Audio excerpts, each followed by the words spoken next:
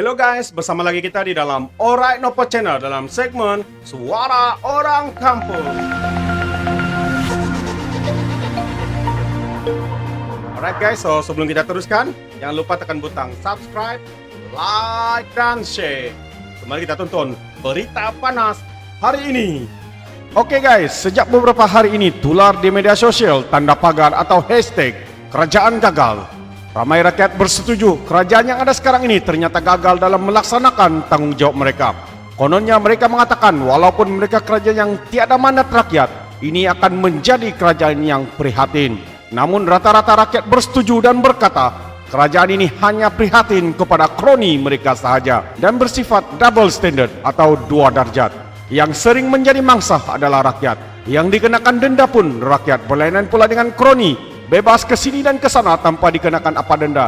Ini kan namanya kerajaan prihatin. Ternyata seperti yang tular di media sosial, memang kerajaan ini gagal. Hari ini seorang lagi Majelis Tertinggi UMNO bersetuju dengan kenyataan ini. Apapun, mari kita lanjut berita seterusnya.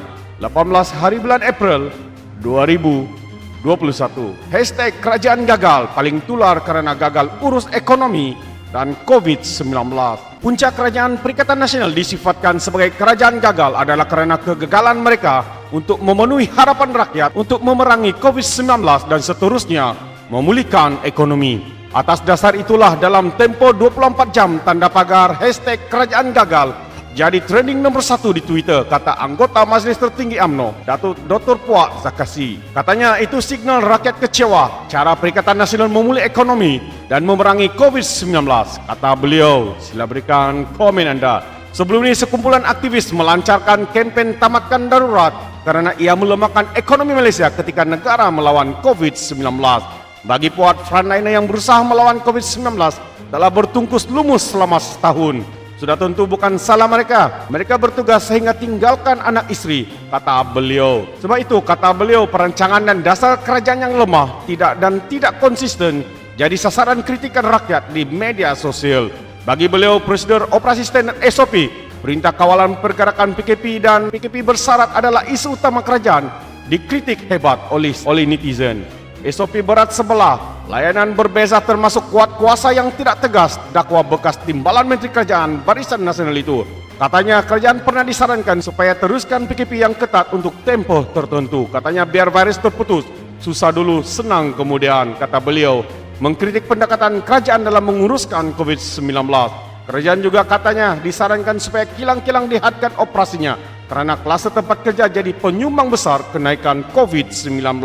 Tapi katanya kerajaan banyak kelonggaran atas alasan ekonomi. Kerajaan gagal melakukan keseimbangan antara pemulihan ekonomi dengan dasar memerangi COVID-19 yang ketat, kata beliau. Berdasarkan vaksin tracker Bloomberg, kadar vaksinasi di Malaysia ialah 26.524 dos setiap hari. Bermakna Malaysia perlu 4.9 tahun atau 5 tahun untuk capai tahap 75% penduduknya diberi vaksin. Indonesia pula perlu 3.3 tahun. Mohon Khairi Jamaluddin cepatkan vaksinasi, bukan cepatkan pemulihan UMNO, kata beliau kepada Menteri Sains, Teknologi dan Inovasi yang menguruskan pemberian vaksin itu. Jadi saudara dan saudari, benarlah seperti mana yang dinyatakan oleh rakyat Malaysia bahwa kerajaan sekarang ini adalah kerajaan yang gagal menguruskan isu pemulihan ekonomi, terutamanya juga memerangi COVID-19.